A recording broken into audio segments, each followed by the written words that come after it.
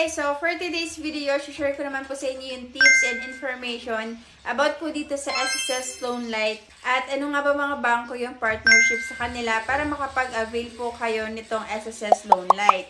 So last August 10 is nag-release po si UD Bank o yung Union Digital Bank na mag-i-start na po sila magpa-release ng mga loan application sa app nila.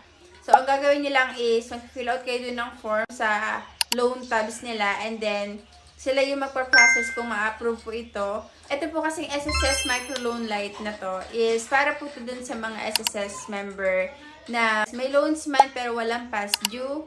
Tapos wala rin po silang past due mismo sa UD Bank. Meron na din po kasi ako nakikita na ibang nag-apply dun sa UD Bank para dun sa SSS Loan Light at na-approve naman sila.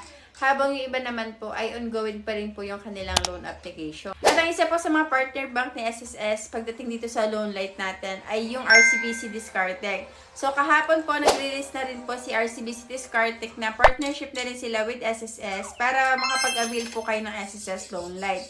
Pero wala pa po silang official date kung kailan po yung rollout nitong application nila sa SSS Loan Light.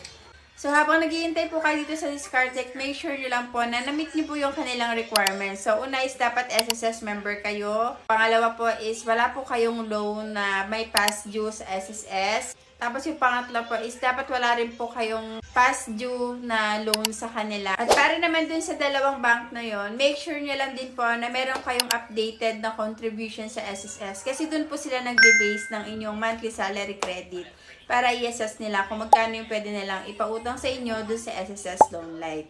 So marami nagtatanong kung magkano nga ba yung pwede nilang ma-loan dito sa SSS Loan Light. So ang sagot dito ay hanggang 20,000 lang po.